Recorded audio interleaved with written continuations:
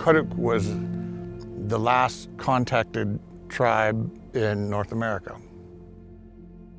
It was like the instant flood that overwhelmed our territory and our people, and several years of genocide practice against us. The same thing happened up and down the basin to every tribe in the basin. The tribes have paid a huge cost to their livelihoods and their cultures and their connections to each other, their social connections.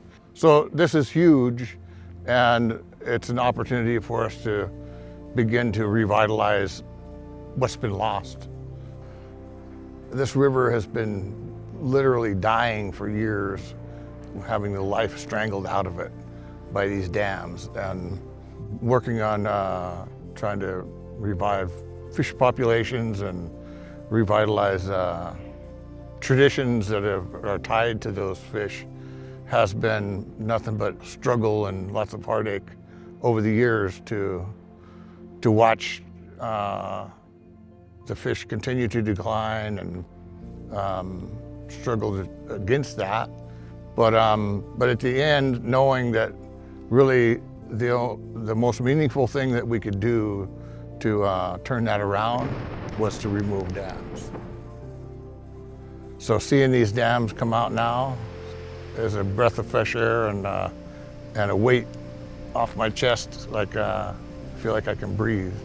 So what we see behind us is the reservoir being lowered down to the original river channel. That's a river acting like a river. That's what they do. They transport sediment from the upper reaches down, and they distribute it, redistribute it.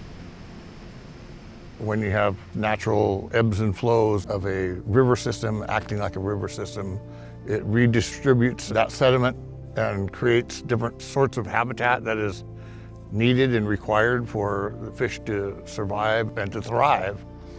In a few months, the structure will be gone and the dirt will be put back where it came from, and this will be a free-flowing river once again.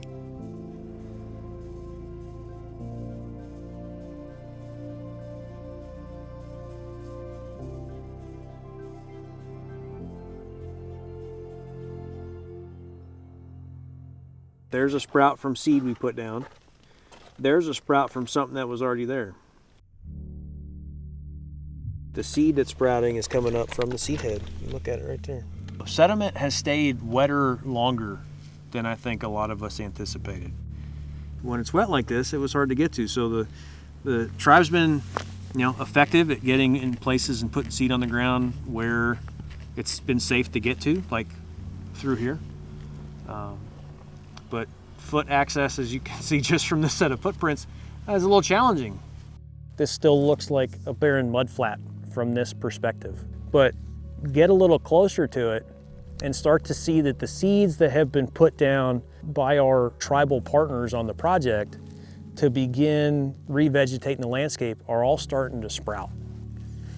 And the green is returning to this, this area that looks pretty rough, but is in the process of recovering. And those little green shoots are the first step in that process, that road to recovery.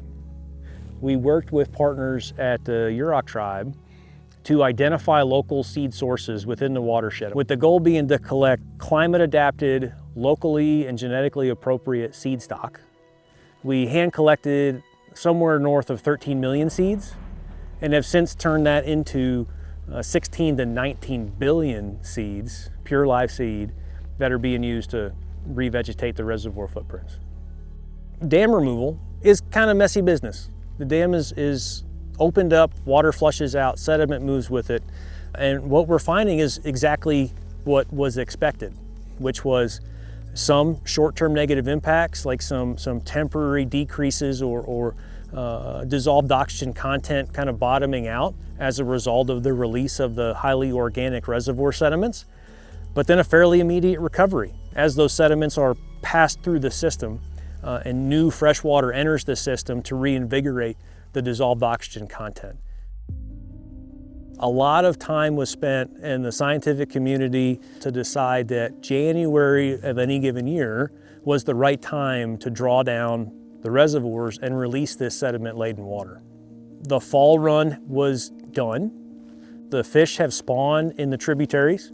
The goal with restoration is not to immediately take a landscape like this to a mature endpoint.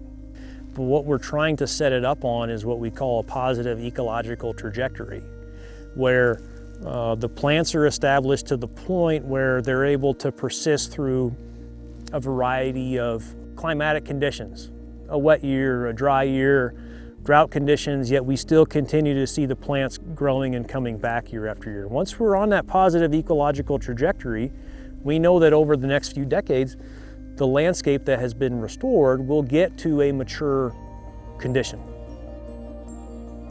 Over time, years of time, we'll see a formation or a change from reservoir footprint to a blending of the upland landscape progressing down the slope where the reservoir used to be, down to a very diverse green riparian community along the main stem of the river. If we can, as a society, get back to a place where we're living more in concert with the natural ebbs and flows of the natural environment, I think that's a good place to be.